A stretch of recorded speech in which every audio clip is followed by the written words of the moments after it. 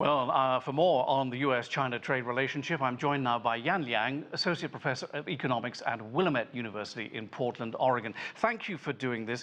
Did you hear our reporter Nathan King of the White House just now saying that they're at dinner right now and the format is for them to leave dinner, for the tariffs to actually be imposed at midnight local time, and then for talks to resume on Friday in Washington? What do you make of that move?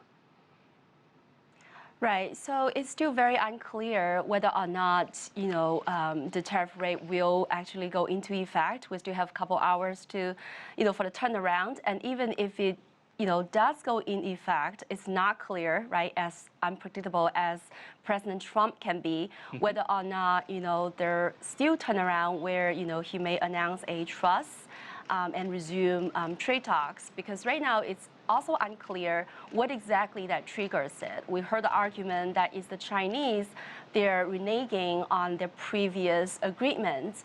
But judging from the reactions of Beijing, very unprepared reactions, it's very doubtful that it's actually Beijing deliberately renege on the previous agreements. On the other hand, I think there are some arguments about, Trump is using this, as an art of deal and trying to strike for a better deal with China, and also create some political buy-in, as he tweeted, China wants to renegotiate with Joe Biden or some weak Democrats, quote unquote. And so if China does not cave in under the pressure, then he could claim that, he would be the competent negotiator with China. Right. Now, President Trump said today that he'd had a very nice letter from President Xi, which basically said, look, let's come together, let's work this out, let's sort things out. And I'm told that there is to be a telephone call between President Trump and President Xi. We understand it hasn't taken place yet, but it may well take place in the next couple of hours. What does that tell you? So I think that makes a lot of sense, right? And I think that, again, it's a signal that Trump probably doesn't really want to have a tariff hike and, continue with the trade tension.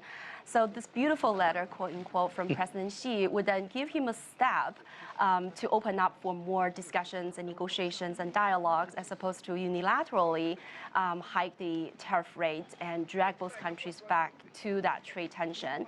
And I think it makes sense for him to speak directly with President Xi because even Liu He is right here. He does not carry the title of the special convoy of President Xi this time. And so I think that's a signal that he's probably not going to have the authority to strike any sort of final deals. He probably can come here to show his earnesty and try to win more opportunities and time for further negotiations. So I'm hopeful that there will be some direct dialogues between the two presidents, and hopefully that will help to turn around the trade tension.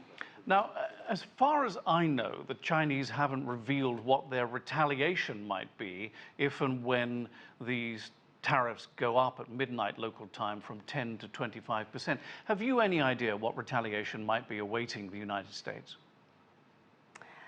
So I think Beijing's attitude is very clear that, they are not going to take any proactive action until they have to take, as they call it, necessary countermeasures. So right now, it's still not clear whether the tariff will go up to 25%. So I think Beijing is taking this wait and see approach.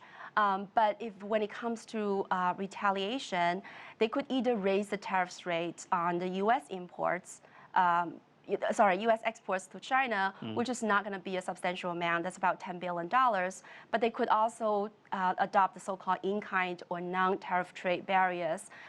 Things could range from, increasing customs inspections or, increasing tax audits or other kinds of audits in U.S. companies. So there are many different things I think the Chinese government can do to retaliate.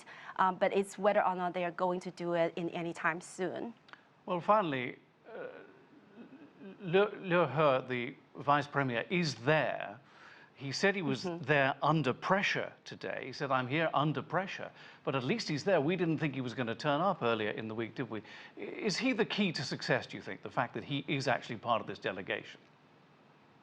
Well, I think at this very strategic moment, he is very important. The fact that he actually made a trip shows that China is willing and more than willing to continue with the negotiations. So we don't know again exactly what triggered these sort of turnaround. And again, the argument was, in this in the last negotiation on the implementation enforcement mechanisms, China seemed to have reservation on passing new legislations, but wanted to resort to executive orders or administrative measures in order to enforce these trade agreements. So I think if that is the tension, then it would not be a very small 2-day visit that would be able to really solve the problem. But I think Liu He is being here, and that's the key to show that Beijing is more than willing to negotiate and open up for further opportunities down the road. Right, you are. Yan Liang, Associate Professor of Economics at Willamette University